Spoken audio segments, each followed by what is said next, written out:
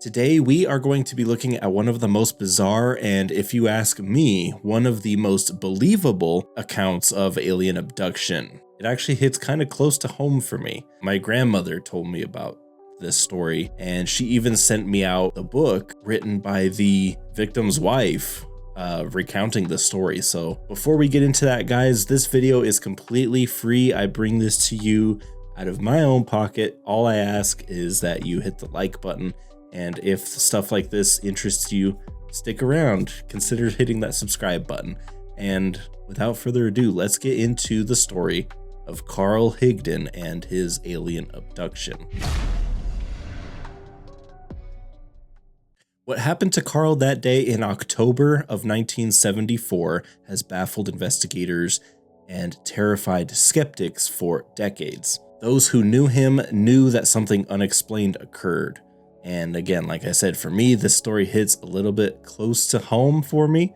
My grandmother told me this entire story and even let me know that she saw some funny business going on. Take that with a grain of salt. Maybe I'm a little bit biased, but I think this is still one of the most interesting cases I've ever heard of, to be completely honest, if you ask me. October 25th, 1974, Carl Higdon, a 41-year-old, had the day off and it was elk season in Wyoming, so he decided to head out into the wilderness of Medicine Bow National Forest. He was looking to bring home some nice elk meat for his family. Carl wasn't alone out in the forest that day though. On his way into the forest, he actually stopped and had a cup of coffee with a couple other hunters, and they just shot the shit for a little bit before he, got some information on where were they seeing stuff, where were they not, and they all parted ways, and Carl headed further into the forest. These hunters would later report that they didn't notice anything really out of the ordinary or strange that day.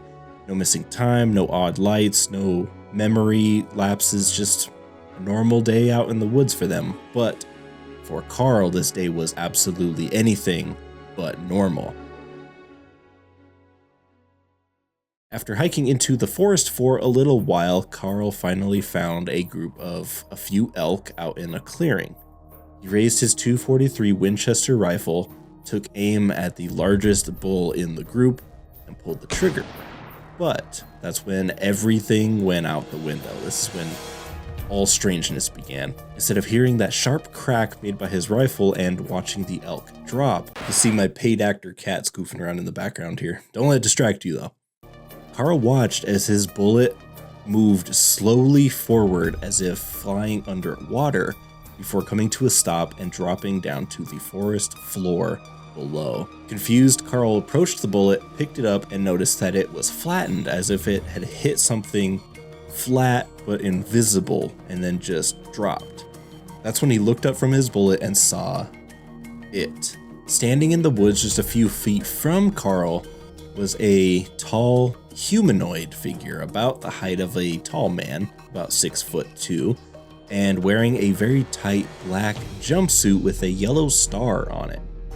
And now, we'll come back to this at the end, but I think it's important to note that it's a very random thing to just make up if you were lying. A gold star, of all things, right?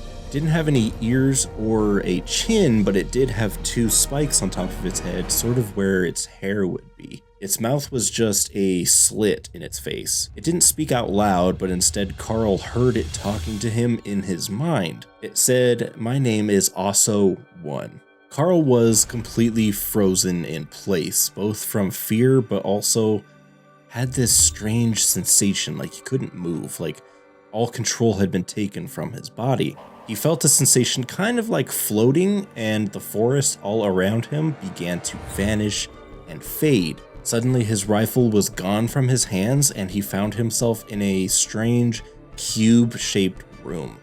Inside the strange room, he saw the elk that he had fired at, and they were sort of in a separate compartment, also completely motionless, like they were in some sort of a trance. He also in this room saw a woman that he described as in some sort of a stasis or unconscious, just kind of laying there.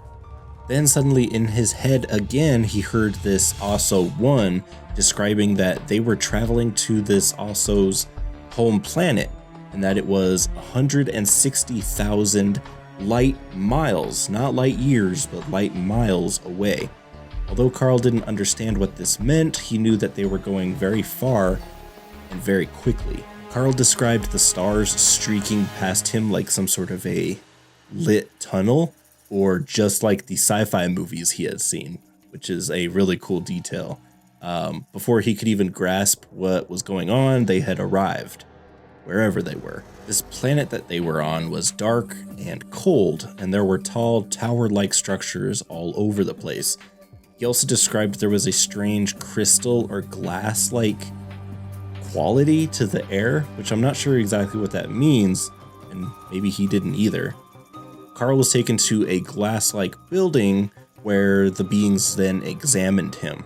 He wasn't really sure how they did it, but he could tell that they were communicating telepathically. They were somehow scanning his body, though. He knew they were. They told Carl he was deemed, quote, incompatible and he was unfit to stay. They ended up escorting him back where he came from on the ship. This time, though, Carl blacked out, and when he woke up, he was back in the forest on Earth, as far as he could tell, anyways. It was dark and cold, so he had probably been there for a long time, but he wasn't really sure what day or time it was. Looking around, however, he couldn't find his truck. He would learn later that it was 5 miles away from where he had parked it, and in terrain that was quite literally impassable by vehicle. It had just quite literally been dropped as if from the sky on the side of a hill. Carl stumbled through the woods until he was eventually found by a search team who was actually assembled by his wife, who had called search and rescue when he didn't report back home and nobody had heard from him. Luckily, his wife knew where he was going to be, and she called it in, and a search team went out to find him. They sort of just walked up on each other in the woods. It had been literally hours since Carl had been missing, and he was disoriented, weak, and vomiting. He was even mumbling strange words that the search team and his wife couldn't quite decipher. Like, he was confused and freaked out, and they knew this, but they couldn't tell why, and he couldn't tell them either. He was just completely out of it. He also kept claiming that there was a pain in his chest and he had survived something massive. But again, nobody knew what this meant at the time. Now, as odd and kind of crazy as this story sounds, there's several pieces of evidence that actually support what he said. First, the bullet, the one he had fired and recovered. It really did look like it had hit something completely flat midair, but there was no evidence of a tree or rock on it. It was just flat. The second kind of key piece to this is Carl was checked out by a physician later because, he was acting erratic and he was feeling sick. So his family took him to the hospital, and he exhibited signs of mild radiation sickness, the fatigue, the headaches, the nausea, all of it. He exhibited quite literally all of the signs for radiation sickness, which how would you get radiation sickness in the forest? In Wyoming, of all places, right? The third kind of major detail here is that Carl would go under hypnosis multiple times and would recount this story flawlessly and with passing colors each time. He did unfortunately fail a traditional polygraph test due to his anxiety. If you know anything about true crime now, we actually don't use polygraph tests in the court anymore, because it's shown to be inconclusive. If you have a high heart rate, if you're stressed out, you can actually throw off the answers. And so we can't really rely on a polygraph anymore. So if you take that with a grain of salt. I know I would probably fail a polygraph for something I had nothing to do with, just because I'm a really anxious person. But that's definitely a cool detail that under hypnosis, he didn't change his story. The fourth and the saddest detail about this whole thing is that Carl was never the same. He withdrew inside of himself a lot. He really didn't try to put himself out in the spotlight. He never tried to sell his story. Although his wife did end up later coming out and writing a book about it. Again, it was self-published. It's not like it was a huge, New York Times bestseller. There's no movie about him. They ended up moving back to Texas, of all places, and he actually only died a couple of years ago here in Texas. It's not like some of these other stories where they go and they sell the rights to Warner Brothers or something, and they make this massive killing on their story or their encounter or just the idea of it, right? He didn't try to do any of that. And he was never really the same after this event. He was anxious, he was stressed out, he couldn't explain what happened to him in ways that anyone would really believe other than his family. I can only imagine trying to explain what happened to you when you don't even know what happened. All you can do is just recount it, and you just hope people understand. That would probably not help your anxiety, knowing that you're the only one who experienced it and you're the only one who's really going to understand. I did read his wife's book. My grandma sent it to me, and that's a big part of what helped me, throw this story together. My voice just cracked there. That's crazy. I'm like 13 again? What is this? I won't lie, the book isn't really all that polished. It doesn't read like literally a New York Times bestseller. It reads like a personal testimony written by someone close to Carl. I definitely recommend reading it if you like UFOs and stuff like that. That's my little book recommendation there. It's a quick read.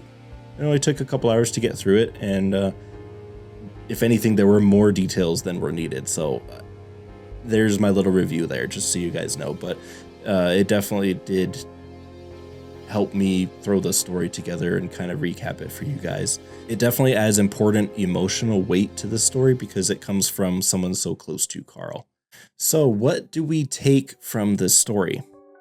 Well, there's only bits and pieces of physical evidence. There's the bullet, there's his hypnosis sessions, and that's really all there is. What lends credence to the story is that there's a consistent eyewitness and no real clear motive for deception. There wasn't a real reason for him to make this up. And they ended up leaving Wyoming entirely, so it's not like he stayed there and became some local celebrity either. They left and went back to Texas where he was from. So I don't know. It feels pretty real to me. Again, I know I said this at the beginning, but this is one of the more credible stories I've ever heard of alien abductions. It really is. But with that being said, guys, thank you so much for watching. Let me know your theories down in the comments below. Did Carl Higdon encounter extraterrestrials, or was it something else? Was it the isolation of the woods? Was it a psychotic break of some sort? Was it hallucinations? Let me know what you think. Again, this one hits close to home for me. I heard about it from my grandma, who was involved in this story, we'll just say. Dun, dun, dun. Anyways, thank you guys for watching. I appreciate it. Drink water, be safe, say thank you to Alexa, and I will see you in the next video.